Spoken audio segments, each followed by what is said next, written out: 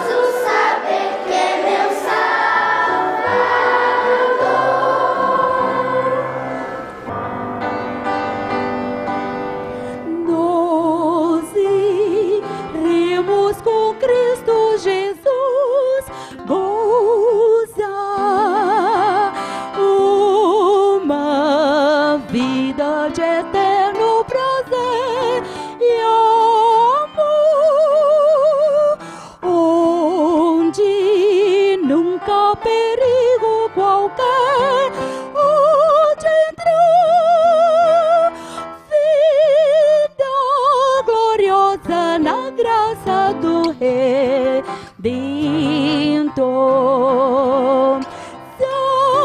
Salvos por Jesus cantaremos nós no céu.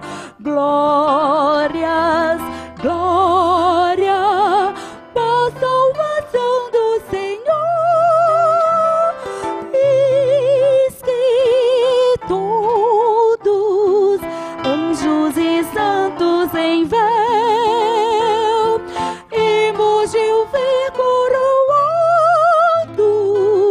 e do céu, Senhor. Todos nossos remidos com gratidão,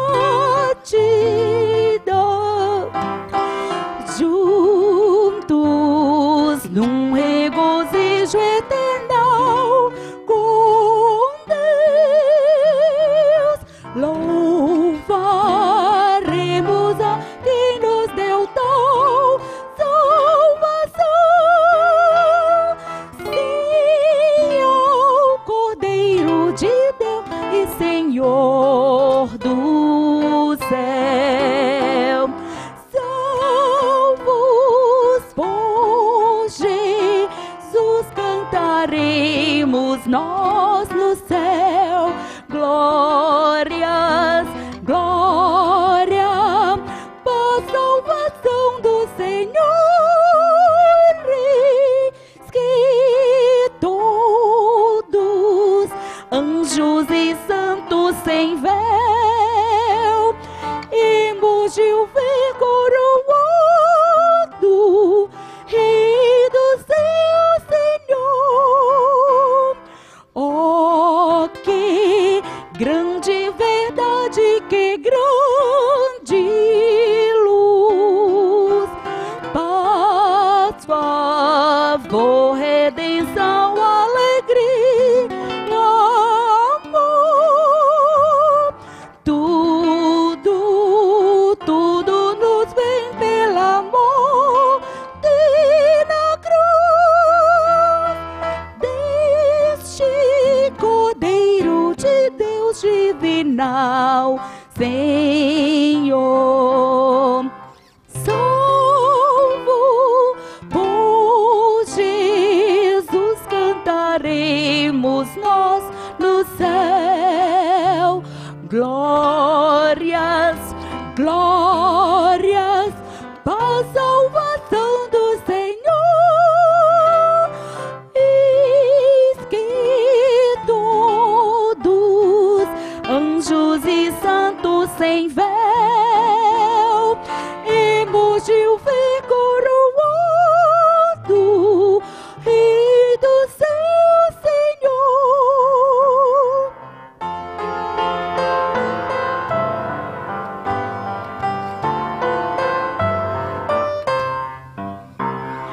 Pela fé recebemos a glória, paz, dom gracioso de Cristo Jesus, o Rei. Deu-nos, pois, salvação que é completa e veraz. Oh, sim, livrou-nos do justo rigor da lei. Salvos por Jesus cantaremos nós no céu. Glórias, glória, para a salvação do Senhor. Eis que todos, anjos e santos em véus, emojiu coroado e do céu, Senhor. Tão alegre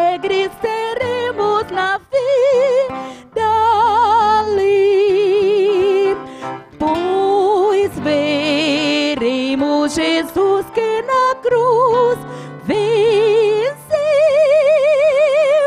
Trovas Ele nos deu já por ter vindo aqui. Porque ditosa esperança do povo seu. Cante comigo, irmão. Salvos por Jesus cantaremos nós no céu. Glória, glória, a salvação do Senhor. Eis que todos, anjos e santos em véu, hemos de ouvir coroado, Rei do céu, Senhor. Amém. Bom dia, irmãos. Graça e paz da parte de Deus, nosso Pai, e do Senhor Jesus Cristo, conforme saudação de Paulo aos Efésios, capítulo 1, versículo 2. Quero parabenizar a irmã Eliene pelo solo que fez essa manhã, um lindo hino de louvor ao nosso Deus, o hino Redenção, 495 do nosso cantor cristão, e que nos faz lembrar muito do nosso querido e saudoso pastor Gerson Rocha. Era um dos hinos favoritos dele, tanto que no CD que ele gravou, da gaita, com o irmão Everaldo no violão, tem lá o hino Redenção. Então, quero aqui agradecer a irmã Eliene, realmente um dos hinos mais belos que nós temos no nosso cantor cristão. Eu quero agradecer a você, meu amado irmão, que pacientemente, como eu sempre faço ao subir aqui nesse púlpito, tem orado pelo nosso ministério, ali na Rádio Melodia, e tem sempre tido a paciência, a boa vontade de levantar cedo, mesmo nesses dias em que não está frio, está congelante realmente, Então, para mim que sai de casa às 5h30 da manhã com essa garoa fina, o frio, realmente, eu não me acostumei a esse frio de Vitória da Conquista. É a minha grande divergência com a cidade. Para quem estava acostumado com um verão delicioso de 40, 41, 42 graus, um sol torrando mesmo a sua cabeça, vem para cá, pega esse inverno gelado, 10, 9, então, às vezes já dá o ventinho, 15, 17 graus, já tem que botar a blusa, E aí, então, custa um pouquinho para se acostumar. Os irmãos podem perceber que pela minha voz, esse clima já afetou a minha voz, Então, precisamos cuidar um pouco, vou ver se não grito tanto, mas existe uma coisa genética também, Então, vamos procurar aí ser mais calmos hoje aqui no púlpito. E quero agradecer a você que tem orado pelo nosso ministério. Nós agora, através do programa de rádio, também passamos a ser missionários da Associação Internacional de Missões aos Israelitas, o Grupo Amigos de Sião, através do programa de rádio. E agora estamos com o projeto de desenvolver um novo programa nos moldes do Shalom Jerusalém, só que ele mais curto, duração apenas de 15 minutos, mas não para ser vinculado aqui em Conquista, para ser vinculado numa outra rádio, que aí então é um projeto que existe um sonho, então peço aos irmãos que estejam orando por esse projeto, que aí seria transmitido numa outra rádio, onde poderia ser alcançado em todos os países de língua portuguesa. Então, é um projeto que estamos começando a desenvolver, ainda é um sonho, e quem sabe, se for da vontade de Deus, poderá então se concretizar, ser um Shalom Jerusalém em miniatura, de 15 minutos, mas podendo ser transmitido em todos os países de língua portuguesa. Quem sabe? É um projeto e vamos orar nesse sentido, se for da vontade de Deus, que possa se concretizar. Então peço aos irmãos que continuem orando pelo nosso ministério, orem por papai que está em Salvador, pregando ali, então que Deus possa estar abençoando a sua viagem. E ore para que Deus esteja nos cobrindo com a sua graça e misericórdia, para estarmos aqui no púlpito nessa manhã. Quero aqui registrar então o meu agradecimento ao pastor Infante, ao pastor Vitor e ao pastor Sidney pela confiança e mais uma vez nos ceder o púlpito nessa manhã. Convido os amados irmãos a se colocarem em pé. Vamos abrir as nossas Bíblias no Evangelho de Mateus, capítulo 14, versículos 22 a 33.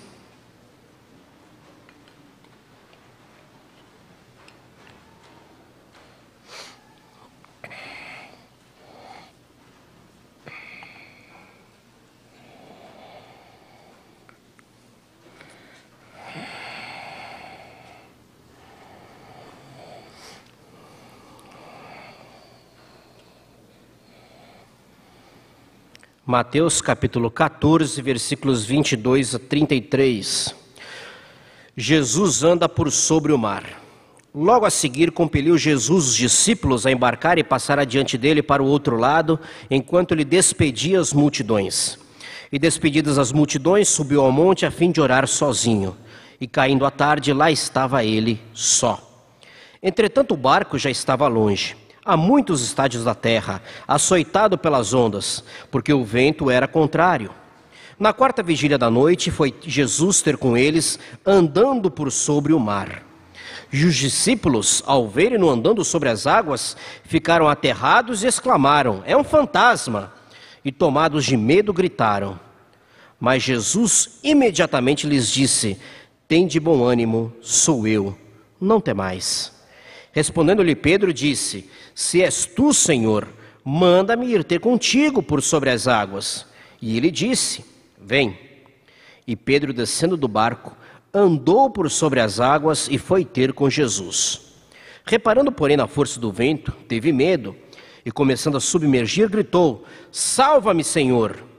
E prontamente Jesus, estendendo a mão, tomou e lhe disse: "Homem de pequena fé, por que duvidaste?" Subindo ambos para o barco, cessou o vento, e os que estavam no barco adoraram, dizendo: "Verdadeiramente és Filho de Deus." Que Deus abençoe a leitura de sua santa palavra em nossos corações. Os irmãos podem assentar.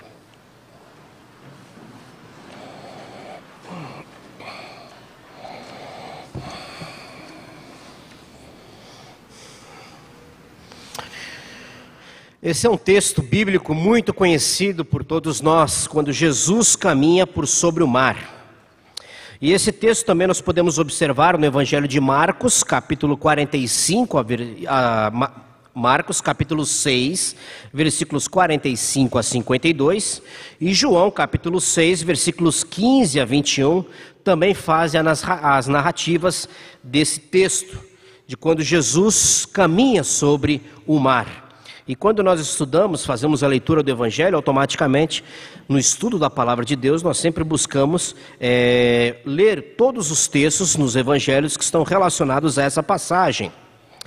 E dentre esses milagres descritos nos Evangelhos na história de Jesus Cristo, os dois realizados em plena navegação no Mar da Galileia estão entre os mais fascinantes.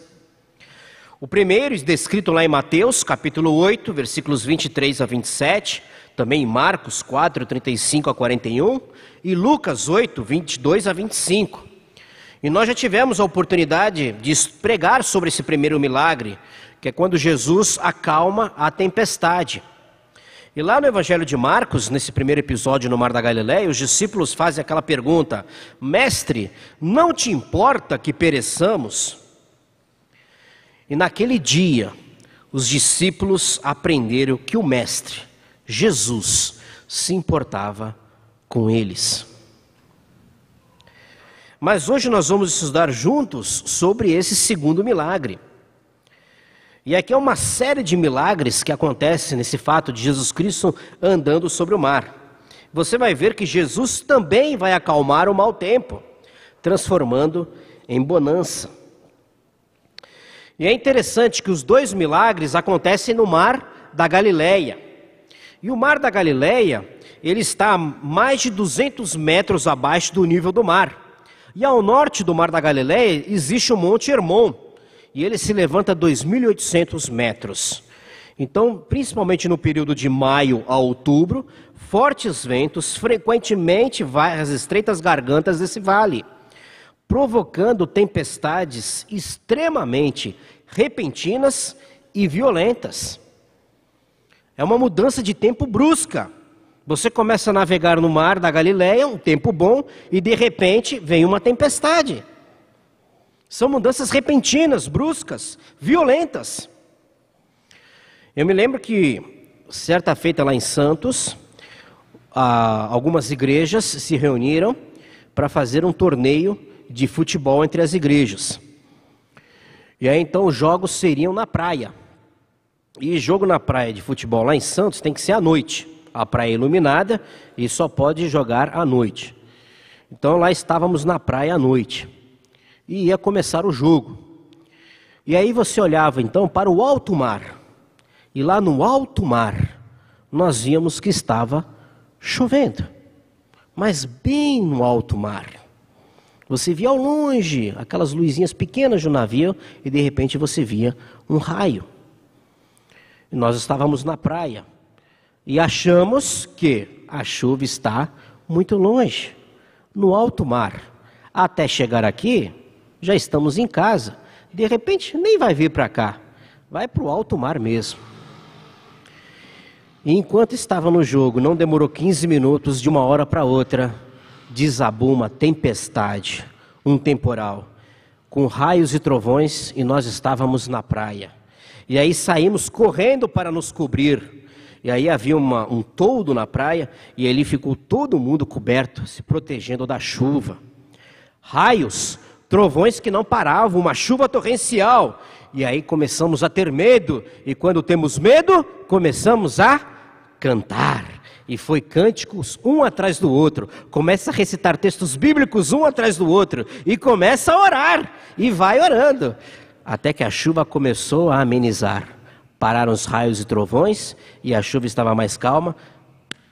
Saí correndo para o posto de ônibus que era coberto. Para o ponto de ônibus. E ali peguei o ônibus e consegui chegar em casa. São e salvo. Mas foi uma mudança de tempo brusca, repentina, que provavelmente também pegou de surpresa os discípulos de Jesus Cristo, tanto no primeiro episódio, quando ele acalmou a tempestade, quanto nesse segundo episódio. E o texto começa informando que Jesus compeliu, ele meio que obrigou os discípulos a embarcar e passar adiante dele para o outro lado. Além de ser o Senhor da história, sabendo tudo o que iria acontecer, a urgência dessa ação foi devido à tentativa do povo de transformar Jesus em rei, pela força. Está lá no Evangelho de João, capítulo 6, versículo 15. Logo após o milagre da multiplicação dos pães. Esse evento que vai acontecer de Jesus caminhando sobre o mar é logo após a primeira multiplicação dos pães. E depois dessa multiplicação, o texto de João fala, o povo queria colocar Jesus como rei. Mas esse não era o propósito da primeira vinda de Cristo aqui. Cristo então vai ao monte para orar, separado da multidão, para que o seu propósito permanecesse firme. E se você observar no texto, nós temos 2 períodos de tempo. Ao cair da tarde e quarta vigília da noite. Ao cair da tarde, Cristo compeliu os discípulos a irem para o outro lado do mar. Quarta vigília da noite é quando Cristo então vai ao encontro dos discípulos andando sobre o mar. Isso implica que os discípulos começaram a remar mais ou menos por volta do horário do pôr do sol. E a quarta vigília da noite vai entre 3 às 6 horas da manhã. Esse é o período da quarta vigília da noite. Então, desde o pôr do sol até por volta das 3 horas da manhã, os discípulos estavam remando. Estavam cansados, exaustos. E eu gostaria de compartilhar com os irmãos a respeito dos personagens que nós temos aqui nesse evento narrado por Mateus. Primeiro, os discípulos. Na sequência, um discípulo especificamente falando, Pedro, e depois Jesus Cristo. Em primeiro lugar, os discípulos e a pequena fé. Algo que nos chama a atenção nesse texto foi o fato dos discípulos, num primeiro momento, acreditarem que se tratava de um fantasma. E aí, quando lemos esse texto, pensamos, como é que eles podem ter tido essa ideia? Afinal, uma das primeiras coisas que nós aprendemos dos nossos pais, provavelmente você aprendeu na infância, é que fantasma não existe. Por mais que se tenha um desenho animado infantil, Gasparzinho, o fantasminha, camarada. Mas fantasma não existe. Você aprende isso de criança. E o texto diz que eles acharam que era um fantasma. E se você observar bem o texto, ele está no plural. Todos os discípulos acharam que era um fantasma. E o interessante é que aí é bom a gente sempre ler o texto, analisando todo o contexto. Se você for lá para Mateus capítulo 9, versículo 9, Jesus Cristo chama Mateus para ser seu discípulo. E lá em Mateus capítulo 10, versículos 1 a 4, está formada a equipe dos 12 discípulos. E o texto está dizendo que os discípulos embarcaram no barco. Então os 12 discípulos estavam no barco. Mateus, o autor do Evangelho, discípulo de Jesus Cristo, estava no barco. E ele aqui não diz que ele também não acreditou. Ele diz que todos os discípulos acreditaram que era um fantasma. Ou seja, o próprio Mateus está dizendo que ele acreditou também que era um fantasma. Pense bem, no meio de um mar agitado pelas ondas, o barco sendo açoitado por todas elas, vento contrário, alta madrugada, quarta vigília da noite, das 3 às 6 horas da manhã, tudo escuro. De repente, eles viam uma pessoa andando na direção deles sobre as águas. O que você acharia? Será que é normal uma coisa dessa? Ainda bem que foi só a tampa. Será que seria normal uma coisa dessa? Os discípulos eram judeus, observavam a lei, também devem ter aprendido que fantasmas não existem.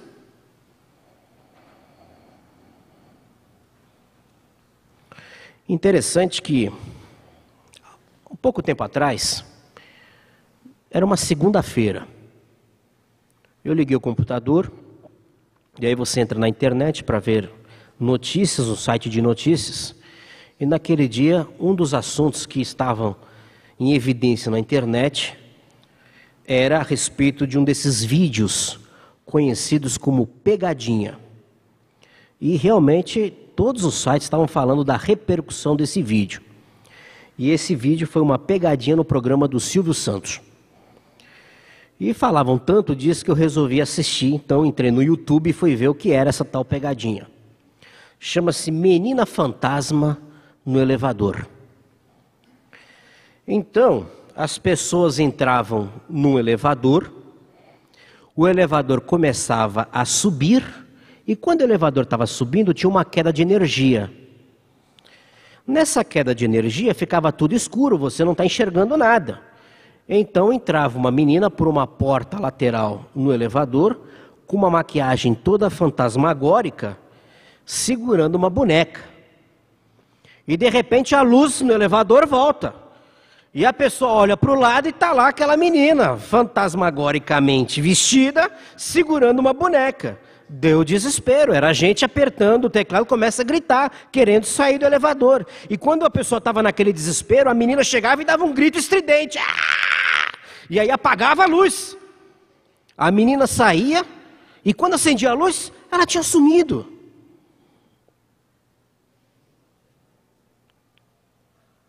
Muitos pensaram estar vendo uma assombração.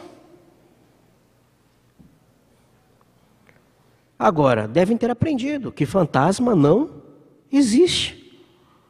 Mas na hora que estavam naquele elevador, que viram aquela menina fantasmagoricamente vestida, dando aquele grito estridente, tiveram medo. Desespero, gritos, sustos, faziam de tudo para sair do elevador. E quando nós assistimos o vídeo, damos risos, gargalhadas. Mas e se você estivesse dentro do elevador? Qual seria a sua reação? Você ia lembrar que fantasmas não existem também?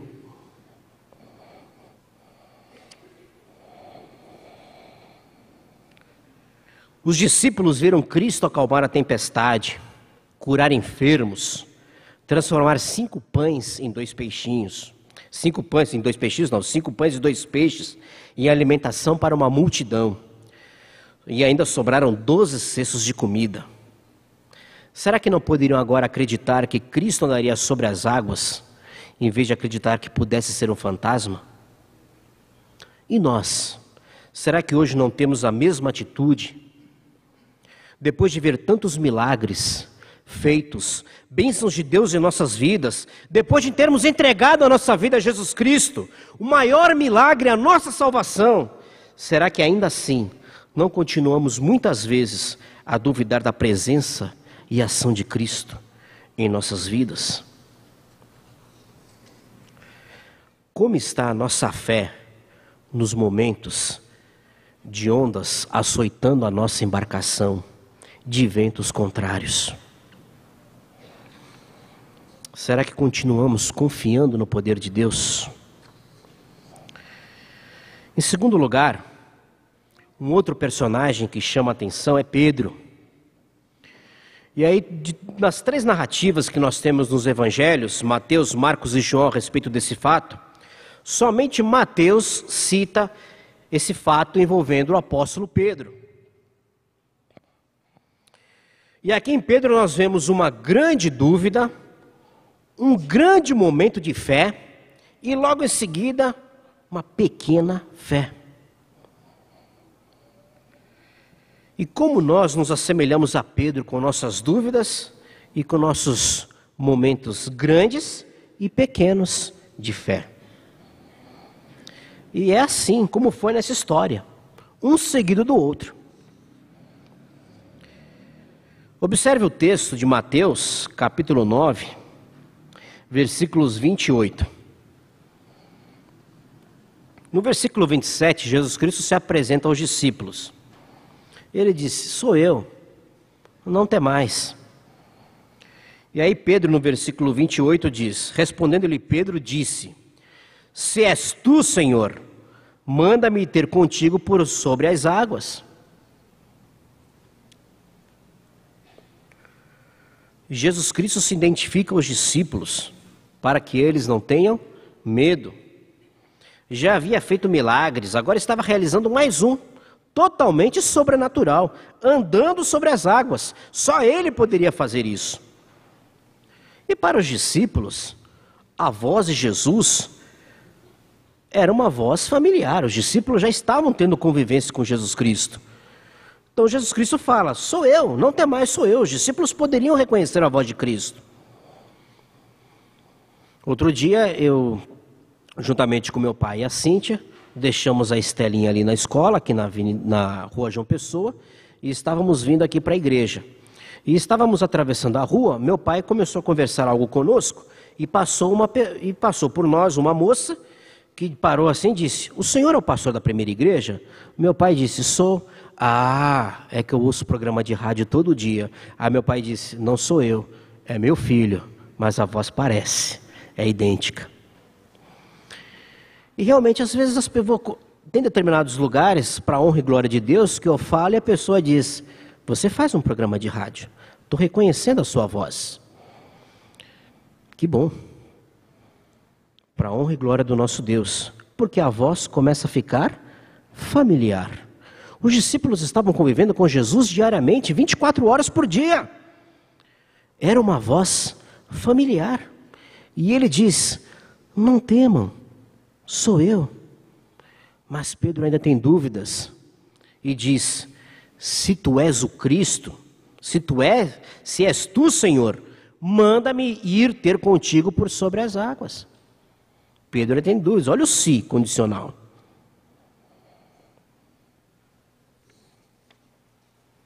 E aí Cristo diz: vem, Pedro, eu sou o Cristo, pode vir. E aí você tem o grande ápice da fé de Pedro. Já parou para pensar nisso? Que Pedro foi? Um mar agitado, ondas e mais ondas agitadas açoitando a embarcação, ventos contrários. Cristo disse para Pedro: vem, e ele foi. Você iria no meio daquele mar revolto? Pedro foi.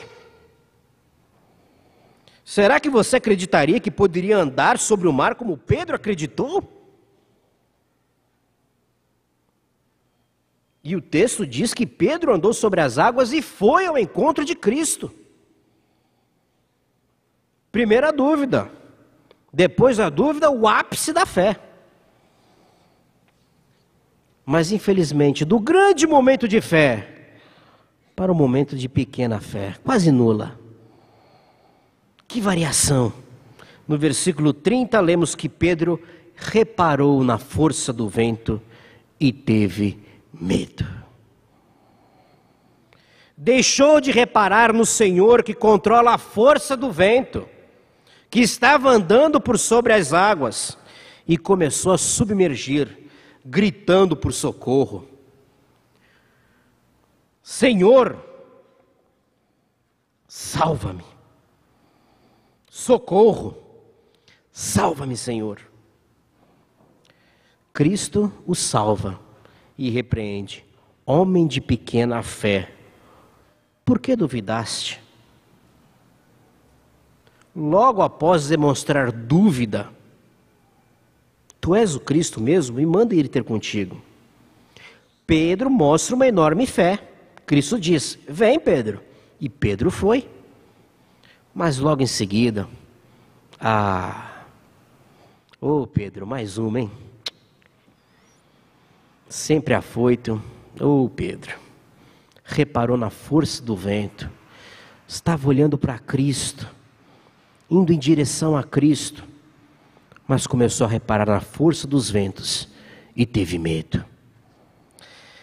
Como somos semelhantes a Pedro nesse episódio? A ação de Pedro descendo do barco, respondendo à chamada de Jesus, ilustra claramente a fé que responde à chamada do Evangelho, e também o conflito entre a fé e a dúvida que surge tantas vezes na experiência do cristão. A vida cristã, assim como andar nas águas, é humanamente impossível. Só pode ser vivida pelo poder do Espírito Santo. Gálatas 5:25. Se vivemos no Espírito, andemos também no Espírito.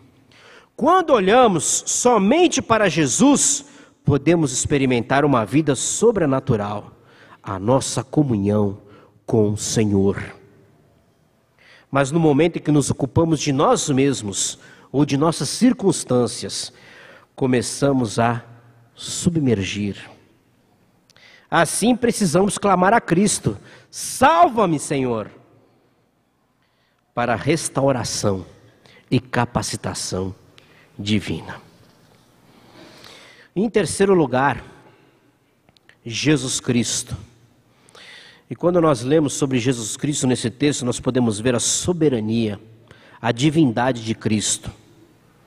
Apesar da pequena fé dos discípulos, da inconstância de Pedro, Cristo mostra a sua divindade, sua soberania, seu poder, seu socorro e conforto a eles. Veja lá o versículo 27, Mateus 14, 27. Mas Jesus imediatamente lhes disse: tende bom ânimo, sou eu, não temais.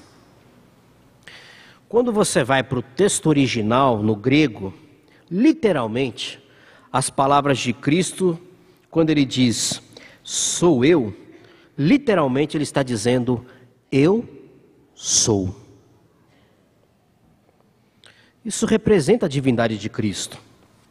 Se você falar para o texto de João, capítulo 8, versículo 58, quando Jesus Cristo fala aos judeus sobre sua autoridade, sobre sua missão, ele diz, em verdade eu vos digo, antes que Abraão existisse, eu sou. Essa mesma expressão no original que Cristo utiliza em João, Ele utiliza nesse acontecimento com os discípulos no mar da Galileia. Não temais, eu sou. Você se lembra da identificação de Deus para Moisés na sarça em Êxodo 3,14?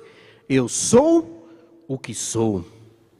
Então temos nesse texto de Mateus a divindade de Cristo. E acompanhando a sua identificação divina, nós vemos então os milagres que comprovam Cristo afirmando, eu sou. Primeiro, Cristo andando sobre as águas. Para fazer isso era preciso ser Senhor da gravidade, do vento, das ondas. Cristo caminhava sobre as águas, não afundava, porque Ele é o Senhor. Todas as coisas foram feitas por Ele, e nada do que foi feito sem Ele se fez. Segundo, Cristo salva Pedro, simplesmente estendendo sua mão. Terceiro, ao subir no barco, cessou o vento, a bonança, o tempo bom. Ontem e hoje foram 2 dias de muito frio aqui em Vitória da Conquista. Tempo ruim, chuva fina, muito frio. Um tempo que nós consideramos ruim. Agora imagine o que deve ter sido aqueles ventos, as ondas, e repentinamente tudo mudou quando Cristo subiu no barco. E o quarto milagre está registrado por João, capítulo 6, versículo 21, nesse texto. Ele diz que quando Cristo subiu no barco, o tempo cessou, e você vai ver que logo o barco chegou ao seu destino. Foram horas e horas remando, horas e horas ali na luta com aquela tempestade. Mas com Cristo, logo chegaram ao outro lado, ao destino.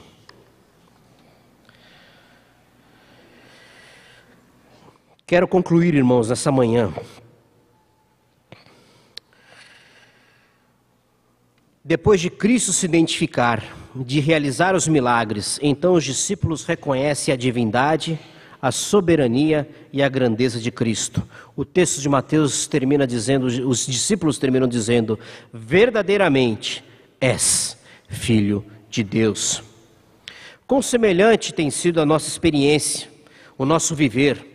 Assim como os discípulos, muitas vezes somos abalados na tempestade, ficamos perplexos e em desespero. Parece que o Senhor está longe. Como nesse texto, parecia que Cristo estava longe dos discípulos.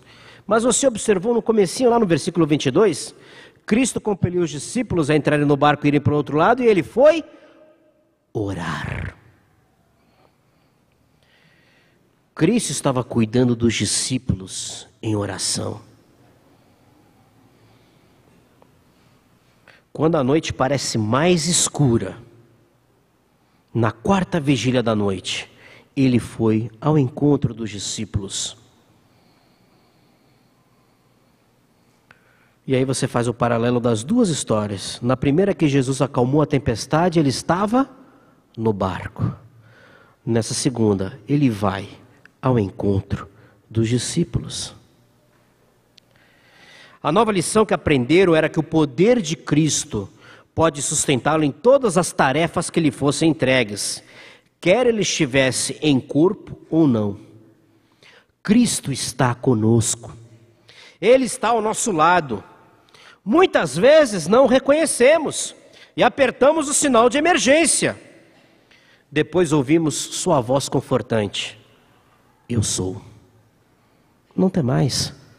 Sou eu. E lembramos que as ondas que nos causaram medo estão debaixo dos seus pés. Cristo caminhava por sobre as ondas. Jesus Cristo, Rei dos Reis, soberano Senhor de nossas vidas.